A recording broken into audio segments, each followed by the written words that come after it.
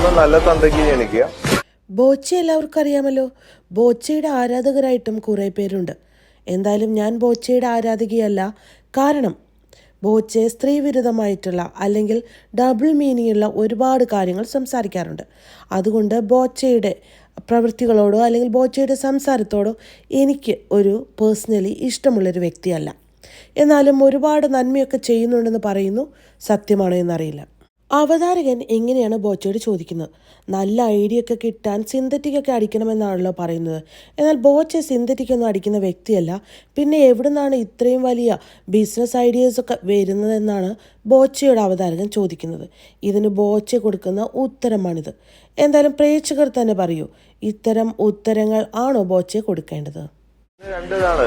നല്ല ഐഡിയ കിട്ടാൻ ഒന്ന് നല്ല തന്തയ്ക്ക് ജനിക്കുക. ബോച്ച എന്തായാലും പറയട്ടെ. എന്തായാലും നമ്മുടെ ചാനൽ സബ്സ്ക്രൈബ് ചെയ്യാൻ മറക്കല്ലേ.